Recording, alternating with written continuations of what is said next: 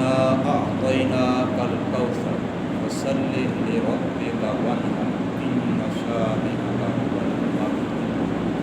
وقال تعالى في موضع آخر لن ينال الله لحومها ولا دماؤها ولكن يناله التقوى منكم. قال النبي صلى الله عليه وسلم الأضاحي سنة أبيكم إبراهيم. قالوا وما لنا فيه يا رسول الله؟ قال بكل شعرة حسنة. صدق الله وصدق رسوله النبي الكريم ونحن على ذلك لمن الشاهدين والشاكرين والحمد لله رب العالمين. گزشتہ جمعہ قربانی کے ترغیب اور ترغیب کے متعلق چند باتیں عرض کی گئی تھیں. قربانی اللہ تبارک و تعالی کا حکم ہے اور انبیاء کی سنت ہے. نبی پاک صلی اللہ علیہ وسلم نے قربانی والے عمل کو بہت پسند فرمایا ہے اور آپ صلی اللہ علیہ وسلم نے اپنی طرف سے بھی قربانی فرمائی ہے اور اپنی امت کے غرباء کی طرف سے بھی قربانی فرمائی ہے. آپ صلی اللہ علیہ وسلم نے حجۃ الوداع کے موقع پر 100 اونٹ کی قربانی دی اور اتنی بڑی قربانی شاید تاریخ اسلام میں آج تک کبھی کسی نے نہیں دی ہوگی اور نہ قیامت تک شاید کوئی بندہ دے گا کہ 100 اونٹ ایک وقت میں ایک بندے کی طرف سے قربان کیے گئے ہیں. آپ صلی اللہ علیہ وسلم نے اپنی بیویوں کی طرف سے اسی موقع پر گائے کی قربانی دی، وہ الگ تھی. 100 اونٹ کی جو قربانی ہے یہ رسول اللہ صلی اللہ علیہ وسلم کی اپنی طرف سے تھی اور امت کی طرف سے تھی. اس کے اندر آپ صلی اللہ علیہ وسلم کے ساتھ جو افراد خانہ حج پر آئے ہوئے تھے ان میں سے کسی کی قربانی نہیں تھی بلکہ ان کی قربانیاں الگ تھیں. قربانی اس کا تذکرہ قرآن مجید کے اندر 3 مقام پر اللہ پاک نے فرمایا ہے. ایک جگہ پر اللہ تبارک و تعالی نے یوں ارشاد فرمایا کہ قل ان صلاتی و نسکی و محیای و مماتی للہ رب العالمین.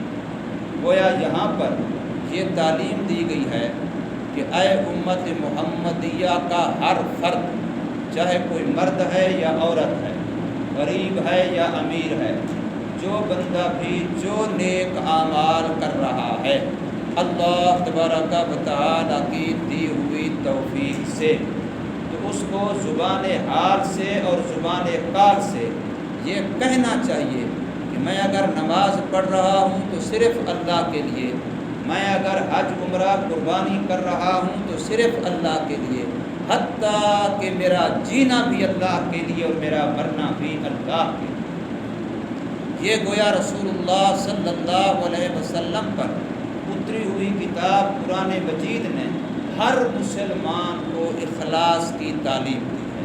قل ان صلاتی، فرما دیجئے، کہہ دیجئے کہ بے شک میری نمازیں و نسکی اور میری قربانی و محیای اور میرا جینا و مماتی اور میرا مرنا للہ رب العالمین، یہ اس اللہ کے لیے ہے جو تمام جہانوں کے تمام افراد کو پالنے والی ذات ہے.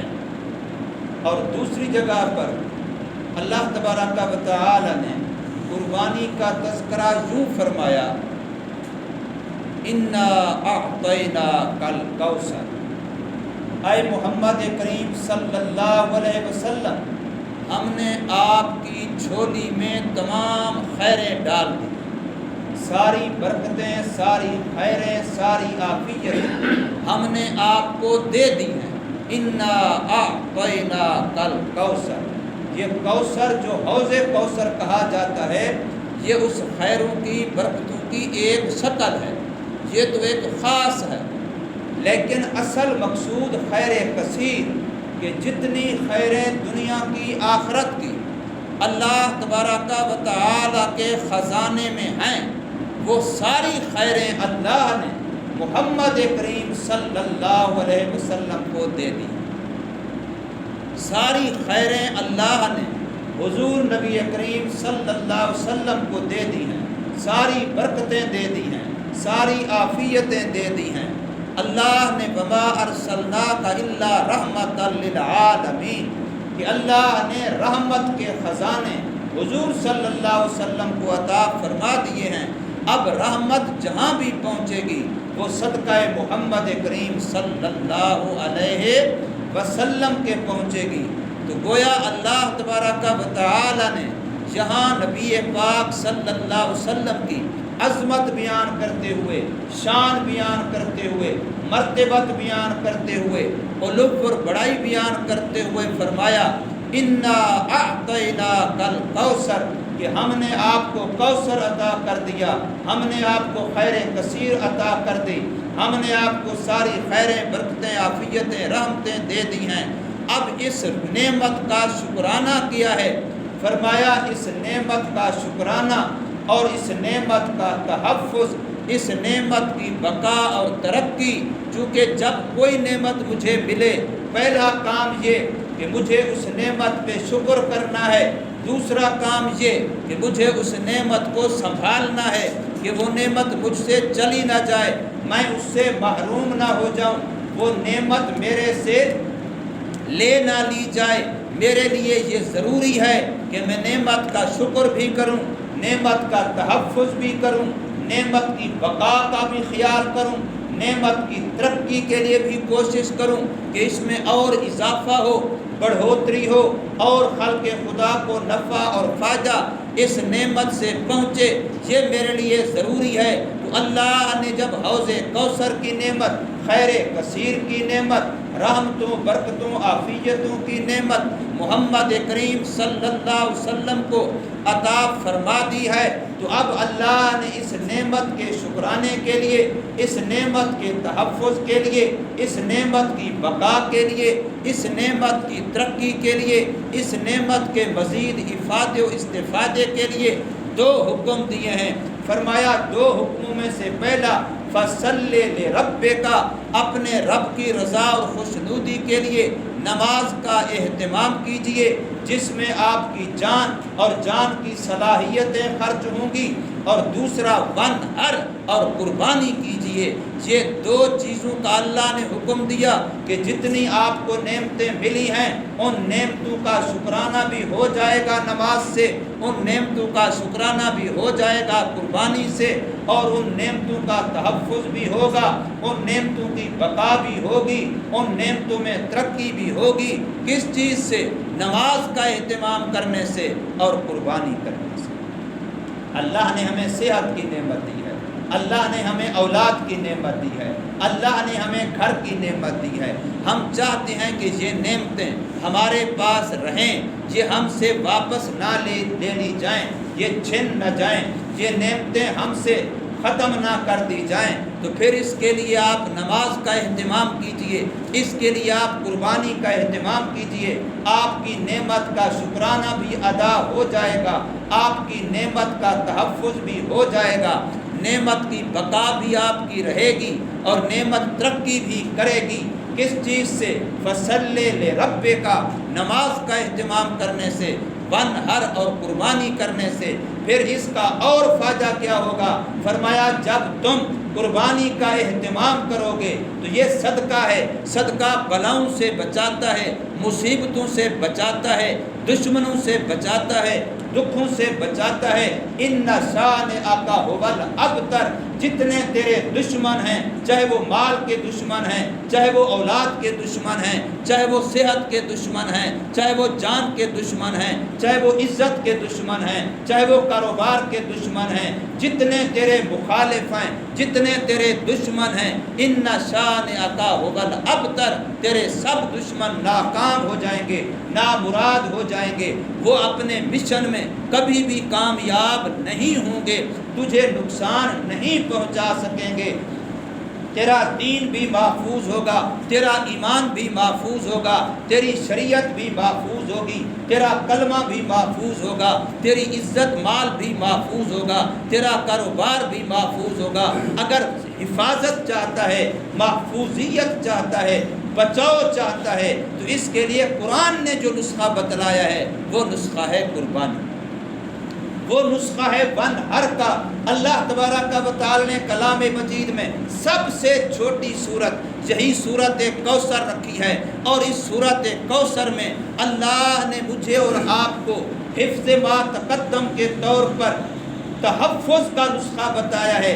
اس وقت عالمی طور پر جو بڑے بڑے مسائل انسانیت کو درپیش ہیں، ان میں سے ایک بڑا مسئلہ ہے عدم تحفظ۔ ہر بندہ اپنے آپ کو غیر محفوظ سمجھتا ہے، نہ میری جان محفوظ ہے، نہ میرا مال محفوظ ہے، نہ میری عزت محفوظ ہے، نہ میری اولاد محفوظ ہے، نہ میرا کاروبار محفوظ ہے۔ ہر وقت ہر چیز خطرے میں پڑی ہوئی ہے، کسی وقت کچھ بھی ہو سکتا ہے، کسی وقت کوئی آفت آ سکتی ہے، کوئی فتنہ آ سکتا ہے، کوئی حادثہ ہو سکتا ہے، کوئی ایکسیڈنٹ ہو سکتا ہے، کوئی نقصان ہو سکتا ہے۔ اب ان سب سے اگر آپ محفوظ ہونا چاہتے ہیں، تحفظ چاہتے ہیں، تو گن مین بعد میں رکھیے، سیکورٹی گارڈ بعد میں رکھیے، سیکورٹی کیمرے بعد میں لگوائیے، دیواریں مضبوط اور اونچی بعد میں کیجئے، خاردار تاریں بعد میں لگوائیے، پہلے اللہ کا حکم مانیے، آپ قربانی کیجئے، آپ قربانی دیجئے،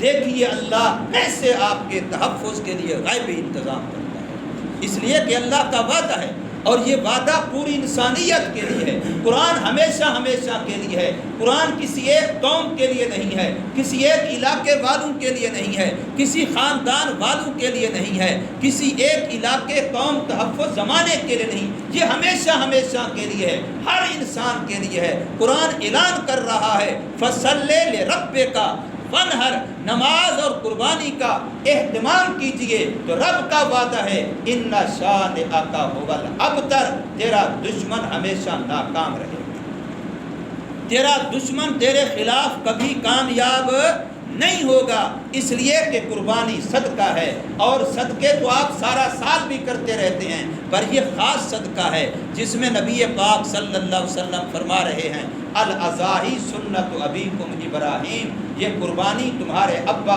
حضرت ابراہیم علیہ السلام کی سنت ہے۔ صحابہ نے پوچھا یا رسول اللہ صلی اللہ علیہ وسلم پھر ہمیں کیا ملے گا ان قربانیوں سے؟ تو آپ نے ارشاد فرمایا بِكُلِّ شَعْرَةٍ حَسَنَةٍ، ہر بال کے بدلے نیکی ملے گی۔ صحابہ نے پوچھا یا رسول اللہ جو بھیڑ دمبا چھترا ہوتا ہے اس میں تو بہت زیادہ بال ہوتے ہیں، تو ان میں بھی یہی اصول ہے؟ وَمَسُّوفٍ، اس اون کا بھی یہی مسئلہ ہے، جو چھترے کی پشت پر ہے اس کے جسم و جان پر ہے، دمبے پر جو بال ہیں ان کا بھی یہی حکم ہے۔ حضور نے فرمایا ہاں ہاں اس کا بھی وہی حکم ہے، اس کے جسم پر بھی جتنے بال ہیں جب آپ نے اس کی قربانی کی تو ہر بال کے بدلے آپ کو نیکی ملے گی۔ اور صحابہ نے پوچھا یا رسول اللہ قربانی قبول کب ہوتی ہے؟ فرمایا قربانی کے ذبح کے وقت جسم سے نکلنے والا خون کا قطرہ زمین پر بعد میں گرتا ہے، اللہ پہلے اسے قبول فرماتا ہے۔ زمین پر خون کا قطرہ بعد میں گرتا ہے، اللہ پہلے قبول فرماتے ہیں، بشرطے کہ ہو حلال مال سے۔ حرام مال سے کوئی صدقہ اللہ قبول نہیں فرماتا۔ صاف ستھری حدیث ہے نبی پاک صلی اللہ علیہ وسلم نے فرمایا کہ حرام مال سے کوئی صدقہ اللہ قبول نہیں فرماتا، نہ حرام مال کا کیا ہوا حج قبول ہوتا ہے، نہ عمرہ قبول ہوتا ہے، اور نہ حرام مال کی ہوئی قربانی قبول ہوتی ہے، نہ فطرانہ زکوٰۃ قبول ہوتی ہے، اور نہ کوئی اور صدقہ قبول ہوتا ہے۔ حرام مال کا کمایا ہوا حرام مال کا لباس پہن کے نماز تلاوت کی جائے وہ بھی قبول نہیں ہوتی۔ حرام مال کے لباس سے اگر آپ دعا جیسی عبادت کریں تو وہ بھی قبول نہیں۔ رزق حلال تو شرط اول ہے تمام دین کی عبادات کی قبولیت کے لیے، اس لیے فرمایا گیا ہے کسب الحلال فریضۃ بعد الفریضہ، کہ اللہ نے جو نماز روزہ حج زکوٰۃ فرض کیے ہیں جیسے یہ فرض ہیں، حلال کما کے کھانا ایسا فرض ہے۔ تو حلال کما کے جب آپ خود کھاتے ہیں یا اپنے بیوی بچوں کو کھلاتے ہیں تو آپ کو مسجد بنانے سے زیادہ ثواب ملتا ہے، بشرطے کہ مال حلال کا ہو۔ آپ اپنے گھر والوں کو کھلا رہے ہیں، کسی اور پر صدقہ نہیں کر رہے، اپنے بچوں کا پیٹ پال رہے ہیں، اپنی بیوی کو کھلا رہے ہیں۔ فرمایا وہ جو مال حلال کا کمایا ہوا آپ نے اولاد کو کھلایا، بیوی بچوں کو کھلایا، اس پر آپ کو جو ثواب ملا یہ تمام صدقات سے افضل ترین صدقے کا ملا۔ اس لیے میں نے عرض کیا کہ مسجد بنانے سے بھی زیادہ ثواب ملا ہے آپ کو حلال کمانے کا۔ حلال کما کر کے خود کھائیں اور اپنے بچوں کو کھلائیں، خود پہنیں بچوں کو پہنائیں، حلال کی کمائی کا مکان ہو، حلال کی کمائی سے اپنی زندگی کی ضروریات پوری کریں، اس کا تو کوئی متبادل ہے ہی نہیں۔ اس لیے کہ اگر کمائی حلال نہ ہوئی تو کوئی عبادت بھی قبول نہیں ہوتی۔ تو آج کی میری گزارشات کا نچوڑ خلاصہ یہ ہے کہ قربانی کا تذکرہ قرآن مجید کے اندر 3 مقام پر آیا ہے۔